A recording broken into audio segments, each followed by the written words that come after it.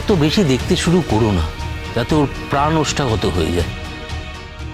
ও কিন্তু এখানে একটু শান্তি পাওয়ার জন্য এসেছে। আর ওর সামনে পরীক্ষা আছে, ও মন দিয়ে লেখাপড়া করতে এসছে।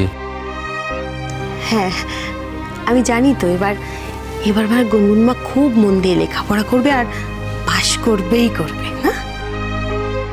আর কিছু করি না করি পিসিমণি, এটা আমি করবই।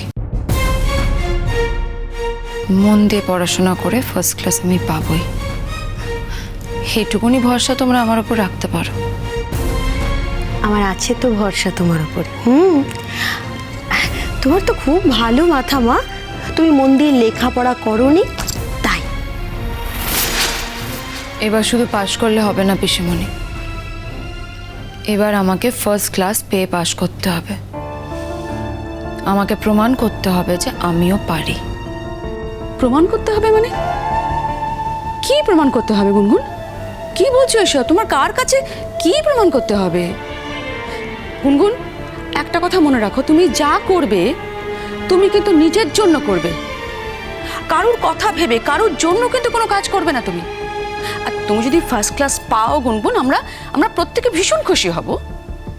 কিন্তু যদি ফার্স্ট ক্লাস নাও পাও, তার জন্য তোমার জীবনটাই বৃথা হয়ে যাবে, এটাকে তো তুমি ভেবো না। এটা কিন্তু নয় গুনগুন, এটা মাথাতেও রাখবে না। গুনগুন, ওর মা কিন্তু একদম ঠিক কথা বলেছে।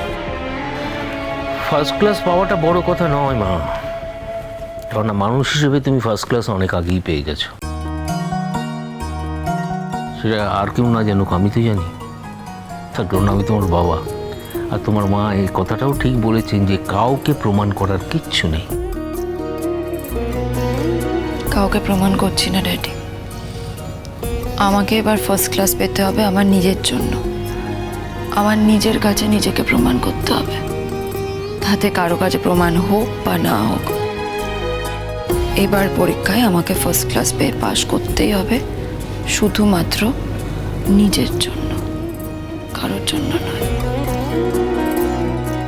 দেখ মা, ফার্স্ট ক্লাস পাওয়াটা বড় কথা নয়। এই যে আজকে তুমি পরীক্ষা দিতে চাইছো, তোমার পড়াশোনায় মন বসেছে, সেটা অনেক বড় কথা, অনেক বড় কথা। যাকে এখন চটাই জুই, আরে ওকে একটু নিয়ে যা, নিয়ে গিয়ে খাইয়ে দাইয়ে দে কিছু। আয় মা আয়, কতদিন তোকে নিজে হাতে কিছু খাওয়াইনি, তোর জন্য কিচ্ছু করতে পারিনি। তুই জানিস, তুই চলে যাওয়ার পর এ বাড়িতে আমার কাজ অর্ধেক হয়ে গেছে। হ্যাঁ রে, আমার কোনো কাজ নেই। আচ্ছা তুই কি খাবি বল তো? হ্যাঁ বল, কি কি খাবি বল, আমি চট করে সব রেডি করে ফেলি, বল। পিসিমণি, আমাকে অত প্যাম্পার করতে হবে না, ঠিক আছে আমি। ও মা, তোকে প্যাম্পার করবো না তো কাকে প্যাম্পার করবো মা? হ্যাঁ, আমার 10টা না 5টা না একটা মাত্র ভাইজি। হ্যাঁ, আমার সোনা মেয়ে তুই। আমার নিজের মেয়েটাকে তো আমি কোনোদিন কিছুই করতে পারিনি। সে তো আমার ধারেনি। তোর জন্য করবো না তো কার জন্য করবো মা? হ্যাঁ চল চল, আয় ঘরে আয়। আদি, আদি, তুই বলে তোর মা কেমন আছে? আমার কথা মনে আছে? আমার কথা বলে আমার কথা বলে। আরে তুমি কাঁদছো কেন? তোমার কথা মা বলবে না? এরকম কখনো হয় নাকি? এই বাড়ির সবার কথা বলে। এত ফ্যাসিনেটিং জমাটি একটা বাড়ি, এই বাড়ির কথা কি কেউ কখনো ভুলতে পারে বলো? দেখো না, আমি নিজে কদিন এই বাড়িতে এসেছি, আর আমি এই বাড়ির প্রেমে পড়ে গেছি, সবার প্রেমে পড়ে গেছি। কেন জানি না, মনে হচ্ছে আমি এই বাড়িতেই জন্মেছি, এই বাড়িতেই বড় হয়েছি। আর আমার মা, সে তো এই বাড়িতে অ্যাকচুয়ালি জন্মেছে আর বড় হয়েছে। আমার মা তোমাদের কথা বলবে না, তাকে কখনো হয়? আচ্ছা দিদা, দেখো তুমি তো আমার দিদা হও, তাহলে আমাকে একটা সত্যি কথা বলবে? কি? আমার বাবা শুধুমাত্র একজন মুসলমান বলে কি তুমি আর দাদু ভাই আমার মাকে দূরে সরিয়ে দিয়েছিলে? আমার মায়ের সাথে সব সম্পর্ক ভেঙে দিয়েছিলে এইটা ভেবে যে আমার মা একজন মুসলমানকে ভালোবেসে বিয়ে করেছে, তাই তো? তোমরা শুধু মুসলমানটাই দেখলে, মানুষটাকে কেউ দেখলে না। একবার যদি তোমরা আমার বাবাকে দেখো তাহলে বুঝতে পারবে আমার বাবা একজন ভালো মানুষ, এইসব হিন্দু মুসলমানের অনেক ঊর্ধ্বে। দাদু ভাই, তোমার মা আমাদের মনে বড় আঘাত দিয়েছে। হ্যাঁ, কিছু না বলে বাড়ি থেকে চলে গিয়েছিল, যেটা এই বাড়ির কেউ এরকম বিশ্বাসঘাতকতা করেনি। ওই ধর্ম টর্ম কিচ্ছু নয় বাবা, সবচেয়ে বড় হচ্ছে বিশ্বাস। আর সেই বিশ্বাসটাকে তোমার মা একবার ভেঙে দিয়ে গেছে। মেবি মা তোমাদেরকে ভরসা করতে পারেনি, ভেবেছিল যে একজন মুসলমানকে ভালোবেসে বিয়ে করলে তোমরা হয়তো রাগ করবে, দুঃখ পাবে, তাই হয়তো মা কিছুটা ভয়ও পেয়েছিল আর তোমাদেরকে বলতে পারেনি। কিন্তু দিদা, তোমরা সবাই যখন সবটা জানতে পারলে, তোমরা তো একবার মায়ের সাথে যোগাযোগ করোনি। অনেক চেষ্টা করেছিলাম। দাদা আমাকে গা ছুঁয়ে প্রতিজ্ঞা করিয়ে নিয়েছিল যে এ বাড়িতে যেন ওর নাম কখনো কেউ না উচ্চারণ করে, কেউ যেন খোঁজ না করে। পটকা ও প্রতিজ্ঞাবদ্ধ ছিল না, তাই পেরেছে, আমরা পারিনি। কি যে কষ্ট বুকের ভেতর চেপে রেখেছি তুই ভাবতে পারবি না আদিল। কতবার কত সূত্রে দাদাকে গিয়ে বলেছি, দাদা বাড়িতে এত অনুষ্ঠান হচ্ছে, দাদা তো মানে এরা তো কেউ কোনো কথা বলতে পারে না, দাদাকে তো একা আমি গিয়ে বলি। দাদার কথা কোনোদিন অমান্য করতে শিখিনি। যখনই কথা তুলেছি দাদা উঠে চলে গেছে।